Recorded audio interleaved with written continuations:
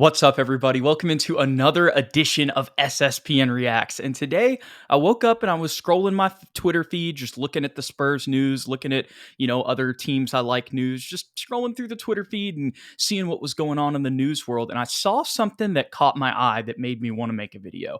And that's this article from SpursTalk.com. And as you can see, and as you guys already know from the title of this video, we're going to be talking about Tre Jones and this offseason and specifically free agency being a little bit more interesting than maybe Ethan and I thought. Just with the recent posts that they've had with Tre at community events. You haven't seen very many posts of Romeo Langford, but you have seen with guys like Tre Jones, Sandro Mamukelashvili, and Julian Champagnie. And the only reason I bring them up is because all of those guys are restricted free agents, but they've still been involved in team activities and promoted a little bit by the team. While, like I said, a guy like Romeo Langford, you haven't really seen as much, right? And that kind of matches, with the feel of what they looked like on the court as well, if that makes sense. But getting back to Tre Jones here, right? So the title of the article is Will the Spurs Bring Back Tre Jones? The Spurs Quietly Pick a Path. This is by LJ Ellis, so shout out to him. And he starts off and just shows how this news kind of fell a little bit the wayside on draft night.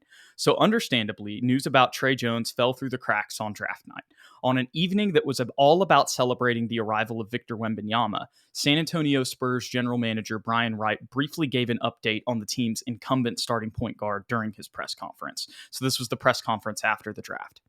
Tre will be a restricted free agent, Wright announced, and so we'll have to work through that process. And the reason that this is notable is because Jones is currently eligible to sign a contract extension that's worth a maximum of $58 million over 4 years. Ethan mentioned that in the Spurs point guards position breakdown. Y'all go check out all of those that we've made to get ready for the offseason. And Jones will remain extension eligible until June 30th. But once again, with that quote and that announcement, it's very obvious that the Spurs aren't going to give him that $58 million extension. And when you consider that Zach Collins, Devin Vassell are both extension eligible coming into this season. And then on top of that, down the line, you've still got guys like Victor Wembanyama and Jeremy Sohan as well. There's a lot of money that's going to be handed out. Jeremy Sohan, I know that he even says he doesn't know how to pronounce it. That just kind of came out, even though I've usually been saying Sohan. But enough of that. The point is, there's a lot of money down the line that the Spurs still have to give out. So it does make sense in the sense that they don't want to give them the extension, but they still are giving him the qualifying offer. So there might still be a chance that we match it, but I think a lot of that really just depends on the number. So really, the future of Tre Jones on the Spurs, it seems, is in the hands of the free agent market.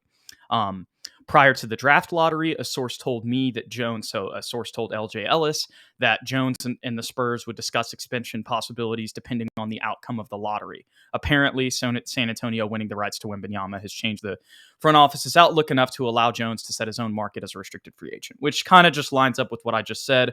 When you have Zach Collins and Devin Vassell coming up, who you could argue have a higher ceiling, definitely Devin. And then on top of that, you've got Jeremy Sohan and Victor Wembanyama, who also definitely have a higher ceiling. You want to save some money to try to get all of those guys. And, you're going to have to work with some bird rights. The good news is the new CBA requires you to basically use all of your money anyway. So that'll play into the Spurs' favor down the line, barring any more CBA changes. But I think it would just, increase the cap and all that. That's a little bit in the weeds. But the point is that new CBA kind of, it plays into the Spurs' favor with wanting to give, big contract extensions to a Devin Vassell, a Jeremy Sohan, or a Victor Wembanyama down the line. So his qualifying offer is set for $5.2 million. And the NBA's free agency period opens this Friday at 5 p.m. Central Time. So that's when you want to watch this. When this happens, that's when he's going to be able to get offers, and then it's just going to be San Antonio's decision to match it, which once again, like I said earlier, will really just depend on the numbers. If you could somehow get him back on that $5.2 million, that would definitely be a steal, but I have a feeling that somebody else is going to offer a little bit more. It just depends on if the Spurs are willing to pay it. But When you've got CD Sissoko coming in, you've still got Blake Wesley. If he could take some jump, there's a potential for him to, maybe surpass what Trey can be. Maybe they move Malachi to point, Sohan maybe moving to point. There's a lot of different moving factors here that I think will become a little bit more clear with Summer League. And then, of course, training camp and preseason. So we're still going to have to wait a little bit, but just wanted to update you guys on this news. This is a real quote from Brain Wright, as you guys saw. So Tre Jones is going to be a restricted free agent. He's going to go through that process. Tell me what you guys think of this. Tell me if you want to bring Tre back, if you want to match any contract, or if you think, maybe we should move Malachi to the point. Do you guys think this indicates Blake has a jump, like I said? Or do you think, once again, does this indicate another sign that Jeremy Sohan is going to be handling the ball moving forward, as we saw in stints last year? It's a lot of fun stuff for us and exciting times in Spurs land, y'all. We'll see you guys in the next one. Me and Ethan will be back with a video tomorrow breaking down the draft and the opening press conference and the introduction on the Riverwalk. The Coyote was on a jet ski. We'll talk all about it tomorrow. Appreciate you guys. Go Spurs, go. If you enjoyed the content, don't forget to hit that like and subscribe button below. And also don't forget to follow us on Twitter at all the ats below to stay updated with the show. We appreciate you guys. We'll catch you all in the next one. Go Spurs, go.